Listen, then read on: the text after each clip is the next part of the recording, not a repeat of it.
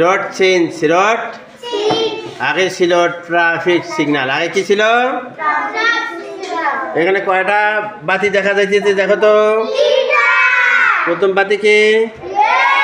তারপরে তারপরে এই তিনটা বাতি কিন্তু আমাদের শহরগুলোতে দেখা যায়, গ্রামে তেমন দেখা যায় না। কিন্তু গ্রামে বিভিন্ন ধরনের টার্ন দেওয়া থাকে, বাম পাশে ডান পাশে এরকম টার্ন দেওয়া থাকে, ঠিক আছে?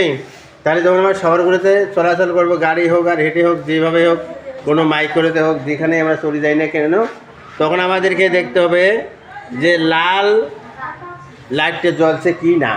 লাল লাইটটি জ্বলছে, যদি লাল লাইটটা জ্বলে তাহলে আমরা সঠিক জায়গায় থামবো, যে জায়গায় আছি ওই জায়গায় থামবো।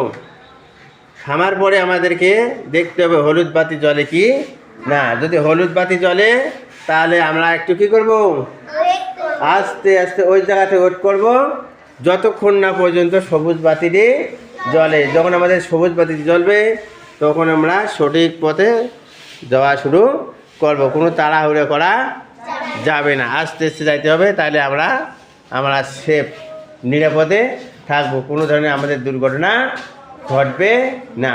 আর যদি আমরা তাড়াহুড়ো করি তাহলে কিন্তু আমাদের দুর্ঘটনা ঘটতে পারে। এই জন্য আমাদেরকে এই তিনটা লাইট শহরে আমাদেরকে ফলো করতে হবে, এবার লক্ষ্য রাখতে হবে যদি এই বাতিগুলো থাকে। আর আমাদের গ্রামীণ পরিবেশে যে রাস্তাগুলো আমরা পার হই, সেটা বাজার যাওয়ার সময় হোক, স্কুলে আসার সময় হোক, যাওয়ার সময় হোক, ঠিক আছে, দুই সাইডে আমরা দেখে পার হব।